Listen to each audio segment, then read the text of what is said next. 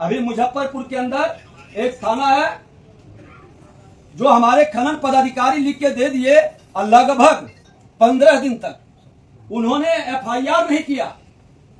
पैसे की वसूली और दोहन में मैंने एसपी से भी बात किया कि त्वरित एक्शन लीजिए। पुलिस और थाने पर भी लगाम लगा। पुलिस सही चालान लेकर खनिज परिवहन करने वाले को परेशान नहीं करे, हमने पत्र भी लिखा। खबरों की नई इबारत बेलगाम भारत देख रहे हैं। और आज माननीय उप मुख्यमंत्री सह खनन मंत्री बिहार विजय सिन्हा साहब ने प्रेस कॉन्फ्रेंस किया और प्रेस कॉन्फ्रेंस में बहुत सारी चीजों पर बात करी। उन्होंने ये भी चर्चा किया कि एक जिले के थाने में 15 दिनों तक खनन पदाधिकारी ने लिख के दिया रखा, लेकिन एफआईआर दर्ज नहीं हुआ। स्वीकार किया उन्होंने कि लेन देन का मामला था और उसकी शिकायत उन्होंने वहां के एसपी को भी किया। मतलब साफ है कि कहीं ना कहीं शासन प्रशासन में बैठे हुए कुछ भ्रष्ट लोग खनन मंत्री की भी नहीं सुन रहे हैं। बाकी उन्होंने बताया कि घाट कम चल रहे हैं, उसके बाद भी हमने बिहार सरकार के राजस्व की जो प्राप्ति थी उसके आंकड़े को पार किया। कुछ घाट संचालक के बारे में भी उन्होंने बताया कि उन्होंने बढ़ चढ़ के बोली लगा करके घाट ले लिया था क्योंकि उनको पता था कि हम लूट लेंगे, लेकिन लूट खसुट करने वालों के बारे में बोला उन्होंने। लेकिन घाट संचालकों ने घाट लौटा दिया, वापस कर दिया, क्योंकि उन्हें लूटने को नहीं मिला। बाकी पूरा विवरण सुन लीजिए क्या कहते हैं विजय सिन्हा साहब अपने प्रेस कॉन्फ्रेंस में, और बिहारी योद्धा सम्मान के बारे में क्या कहते हैं, और अवैध खनन और अवैध परिवहन की सूचना देने वालों के बारे में क्या कहते हैं और उनके लिए क्या करेंगे। जरा ध्यान से सुन लीजिए। और आगे हम डीजीपी मुख्य सचिव के साथ इसके संदर्भ में बैठक भी करेंगे। आज सभी प्रेस मीडिया के बंधुओं को मैं हृदय से स्वागत भी करते हैं और बधाई भी देते हैं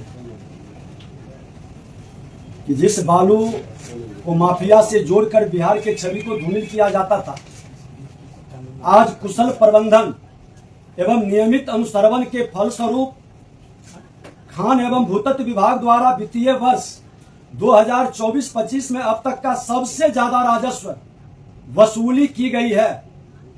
आज तक के पूरे रिकॉर्ड में निर्धारित लक्ष्य 3500 करोड़ के विरुद्ध खान एवं भूतत्व विभाग को 3569 करोड़ का राजस्व समाहरणालय किया गया है, जबकि 40 बालू घाटों के प्रत्यार्पण के बावजूद विभाग यह लक्ष्य प्राप्त किया है। लगभग 25% घाट लोग आपस कर दिए। नई खनन नीति लूट की छूट बंद होने के कारण विभाग के अंदर अनियमितता रोकने के कारण कई लोग घाट सिलेंडर किए। 25% घाट सिलेंडर के बाद भी हम 114% लक्ष्य को प्राप्त किया। आज हमारे यहां पीला बालू 457 है, जिसमें 161 चालू है। उजला बालू 540 है, जिसमें मात्र 21 चालू हो सका है। क्यों बंदोबस्ती नहीं हुआ, हम अगले प्रेस में उस पर विस्तार से बताएंगे।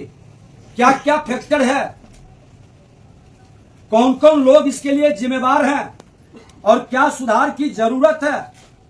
लेकिन इतना मैं कहूंगा कि नई खनन नीति के कारण लोगों ने कई बालू घाट को सिलेंडर करना शुरू किया है और पहले पर्यावरण की अनापत्ति समय पर नहीं मिल पा रहा है। हम लोग कोऑर्डिनेशन भी कर रहे हैं, बातचीत भी हुई है। कानून में कुछ जटिलताएं हैं जिसके कारण समय काफी लग जा रहा है। लोक सुनवाई के कारण जल संसाधन विभाग के पुल पुलिया के निकट खनन में जो अवरोध हुआ है और जाम के कारण भी प्रभावित इस बार बालू खनन हुआ, नो एंट्री के कारण भी प्रभावित हुआ, अवैध खनन पर रोक लगने के कारण भी। और सबसे बड़ी आश्चर्य की बात है कि वही लोग घाट वापस किए हैं जो लूट की छूट की मानसिकता में घाट को महंगी बोली में ले लिए।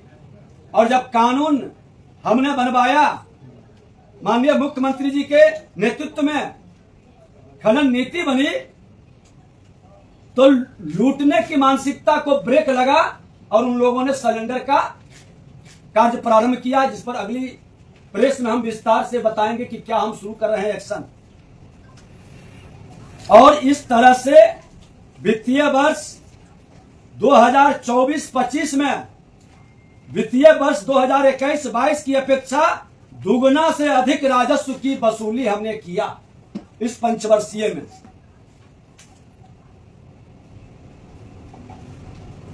बिना गोली चले, बिना नरसंहार हुए आज हम ये सफलता को बिहार सरकार प्राप्त की है।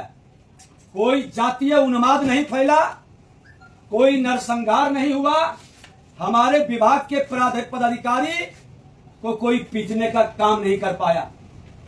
हमने उसको भी सशक्त किया, मजिस्ट्रेट की ताकत दिया है कि जहां जरूरत पड़े तुम लाठी भी बरसाओ, गोली भी चलवाओ, अवैध खनन कतई नहीं होने देंगे। आज इसका असर कई जगह प्रत्यक्ष अप्रत्यक्ष पड़ा है। राज्य में ओवरलोडिंग बंद लगभग हो गया। अक्टूबर माह 2024 में खनन नीति में किए गए सख्त प्रावधानों के पश्चात अवैध खनन में प्रभावी नियंत्रण स्थापित हुआ और दूसरी ओर ओवरलोडिंग लगभग नगण्य हो गया है। आप सब लोग हमारे खास करके यूट्यूबर और social media, print media, press media के बंधु भी हैं। ओवरलोडिंग अवैध खनन पर हम 10,000 और 5,000 का इनाम भी घोषित किए हैं, उसका भी बड़ा प्रभाव पड़ा। आज इसका असर देखिए नई खनन नीति का कि पुल पुलिया एवं सड़क सुरक्षित हो गया। ओवरलोडिंग के कारण जो पुल पुलिया सड़क को क्षति पहुंचती थी, आज उसके रख रखाव आसान हो गए। और पथ निर्माण विभाग के मंत्री होने के नाते हमने ही उस समय शुरू किया था अनुरक्षण नीति का, पुल पुलिया और सड़क का, जो अब वहां के भी वर्तमान मंत्री कैबिनेट में भेज रहे हैं। मैं बधाई देता हूं।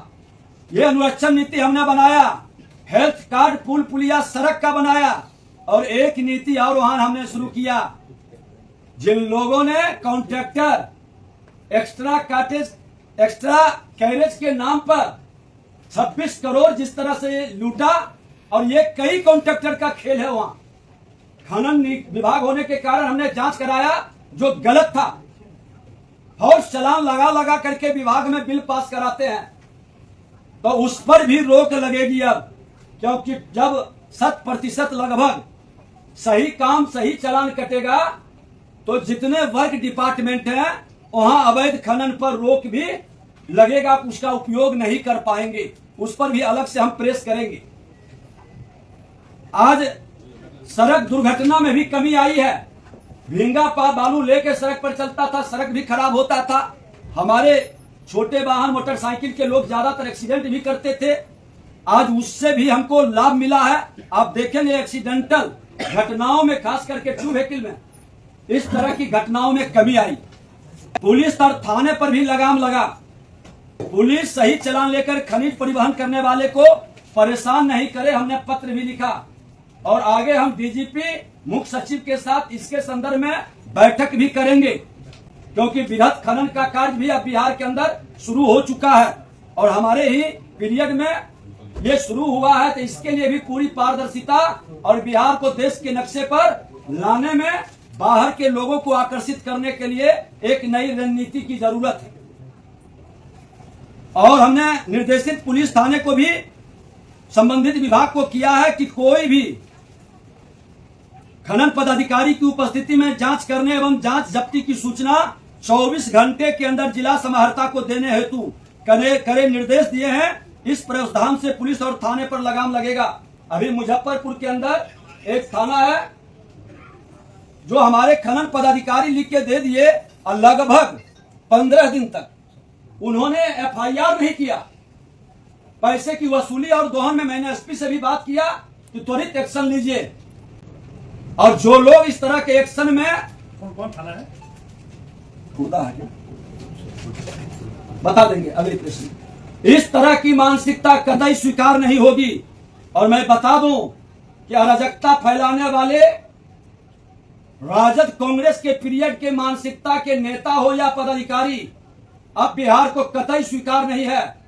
21वीं सदी का विकसित बिहार बनाना है तो अपराध भ्रष्टाचार मुक्त वातावरण बनाने वाले पदाधिकारी का सम्मान और इसको जो ताकत प्रदान करता है वैसे बिहारी योद्धा का सम्मान की जरूरत है। आज मैं आपको बता दें कि ओवरलोडिंग अवैध खनन की गाड़ी पकड़वाने वाले को जो पुरस्कार दे रहे थे वो आगे भी जारी रखेंगे। ये वित्तीय वर्ष 25 और 26 में भी वो जारी रहेगा। उसका बड़ा असर और बड़ा लाभ राज्य को हो रहा है और बिहारी योद्धाओं को हम सम्मानित भी करेंगे। हर जिले के अंदर वैसे लोगों की सुरक्षा को ध्यान में रख के जो गोपनीयता रखना चाहें या जो सम्मान लेना चाहें दोनों ऑप्शन खुला रहेगा। खुल करके सम्मानित करके इस तरह के लोगों का मनोबल बढ़ाएंगे जो भ्रष्टाचार और अपराध के विरुद्ध अपने विकसित बिहार बनाने के लिए विकारों से मुक्त होकर बंधनों को तोड़कर आगे आएंगे। हम उसका सम्मान करेंगे। खबरों की नई इबारत बेलगाम भारत देख रहे थे आप? देश दुनिया की सभी खबरों से जुड़े रहने के लिए हमारे YouTube चैनल को सब्सक्राइब करें, Facebook पेज को लाइक करें और हमें ट्विटर पर फॉलो करें। धन्यवाद।